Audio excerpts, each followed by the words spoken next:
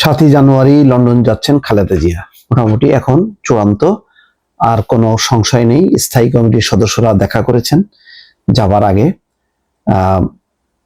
দোয়া করেছেন এবং এক ধরনের শুভেচ্ছা বৈঠক বলা যায়। তো সেখানে কিছু নির্দেশনা দিয়েছেন বেগম খালেদা জিয়া। দর্শক, খবরটা একটু জানাই আপনাদেরকে। এবং আপনারা জানেন যে কাতারের আমির বেগম খালেদা জিয়ার জন্য একটি স্পেশাল ফ্লাইট পাঠাচ্ছে, যেটা অত্যাধুনিক এয়ার অ্যাম্বুলেন্সের সুযোগ সুবিধা আছে। সেটি সোজা চলে যাবে ঢাকা থেকে, মাঝখানে অবশ্য দোহাতে জ্বালানি নেওয়ার জন্য থামবে, তারপরে দোহা থেকে সোজা চলে যাবে লন্ডনে। এটি অসাধারণ সম্মান মধ্যপ্রাচ্যের দেশগুলো, বিএনপি এবং বেগম খালেদা জিয়া এবং প্রয়াত শহীদ প্রেসিডেন্ট জিয়াউর রহমানের প্রতি বিশেষ সম্মান এবং শ্রদ্ধা জানিয়ে থাকে ঐতিহ্যগতভাবে। এবারও তার ব্যতিক্রম না। ইতিমধ্যে সৌদি রাষ্ট্রদূত বেগম জিয়াকে রাষ্ট্রীয়ভাবে হজ পালনের অনুরোধ জানিয়েছে। হয়তো ফেরার পথে যুক্তরাজ্য, লন্ডন, আমেরিকা, তারপরে হয়তো ফেরার পথে তিনি সৌদি আরব উমরা করে তারপরে দেশে ফিরবেন, এমনটাই এখন পর্যন্ত খবর আছে। সব যদি ঠিকঠাক থাকে, স্বাস্থ্যগত কারণে হয়তো পরিবর্তন হতে পারে। তবে বেগম খালেদা জিয়ার এইবারের সফরটা খুবই গুরুত্বপূর্ণ। আপনারা জানেন যে বিশেষ কোনো রাজনৈতিক বার্তা নিয়েও তিনি যাচ্ছেন।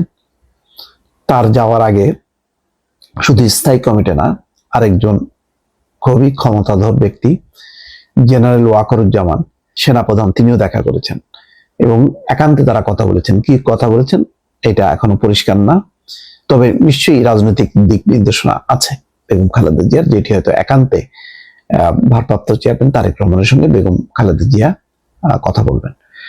আগামী 7ই জানুয়ারি উন্নত চিকিৎসার জন্য লন্ডনে যাচ্ছেন বিএনপি চেয়ারপারসন বেগম খালেদা জিয়া। এদিন রাতে লন্ডনের উদ্দেশ্যে ঢাকা ছাড়বেন তিনি।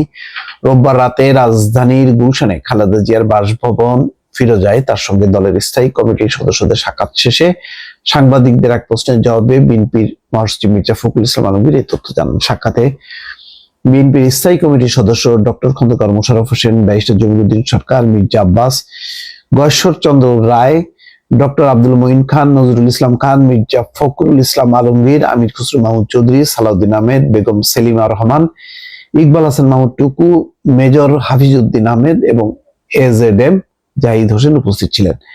পরে সাংবাদিকদের মির্জা ফখরুল বলেন, বেগম খালেদা জিয়া তার চিকিৎসার জন্য আগামী 7 তারিখে সম্ভবত রাতে লন্ডনের উদ্দেশ্যে যাত্রা করবেন। সেই কারণে আমরা স্থায়ী কমিটির সকল সদস্য এসেছিলাম তাকে শুভেচ্ছা জানাতে। সেই সঙ্গে আমরা তার সঙ্গে কথা বলেছি এবং আলাপ করেছি। পরম করুণাময় আল্লাহর কাছে আমরা এই দোয়া চেয়েছি, আল্লাহ যেন তাকে সম্পূর্ণ সুস্থ করে আবার আমাদের এবং দেশের মানুষের মাঝে ফিরিয়ে নিয়ে আসেন। তিনি বলেন, গণতন্ত্রের জন্য আমাদের যে সংগ্রাম চলছে সেই সংগ্রামে তিনি নেতৃত্ব দেন, সেই সংগ্রামকে সফল করেন বাংলাদেশের মানুষের সেই প্রত্যাশা। আমরা আল্লাহর কাছে এই দোয়া করছি তার এই যাত্রা যেন সফল হয়, তিনি সুচিকিৎসা করে আবার আমাদের মাঝে ফিরে আসতে পারেন। বিএনপির মহাসচিব বলেন, কোনো ধরনের রাজনৈতিক আলোচনা হয়নি, তিনি যেন সুস্থভাবে যেতে পারেন এবং ফিরে আসতে পারেন, আমরা সবাই সেই কামনা করছি। বেগম জিয়া কোনো নির্দেশনা দিয়েছেন কিনা তিনি বলেন, একসঙ্গে কাজ করো, জনগণের পক্ষে কাজ করো এবং গণতন্ত্রের পক্ষে কাজ করো, এটি হচ্ছে বেগম খালেদা জিয়ার নির্দেশনা। কবে নাগাদ দেশে ফিরবেন এমন প্রশ্নের জবাবে বলেন, আশা করি খুব শীঘ্রই চিকিৎসা শেষে তিনি ফিরে আসবেন। জানা গেছে বিশেষ এয়ার অ্যাম্বুলেন্সে বিমানে মঙ্গলবার লন্ডনে যাচ্ছেন তিনি।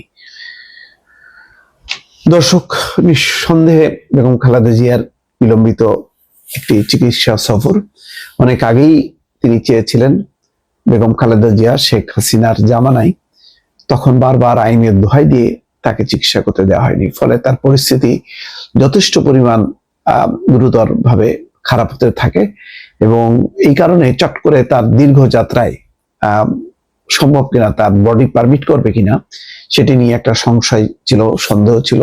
যাই হোক, তারপর চিকিৎসকরা পরীক্ষা নিরীক্ষা করে মোটামুটি এখন তার যাত্রার বিষয়গুলি নিশ্চিত হয়ে গেছে এবং তিনি যাচ্ছেন, তিনি আবার ফিরে আসবেন, এটাই নিশ্চয়ই সবার প্রত্যাশা। দর্শক, ভালো থাকবেন, আল্লাহ হাফিজ।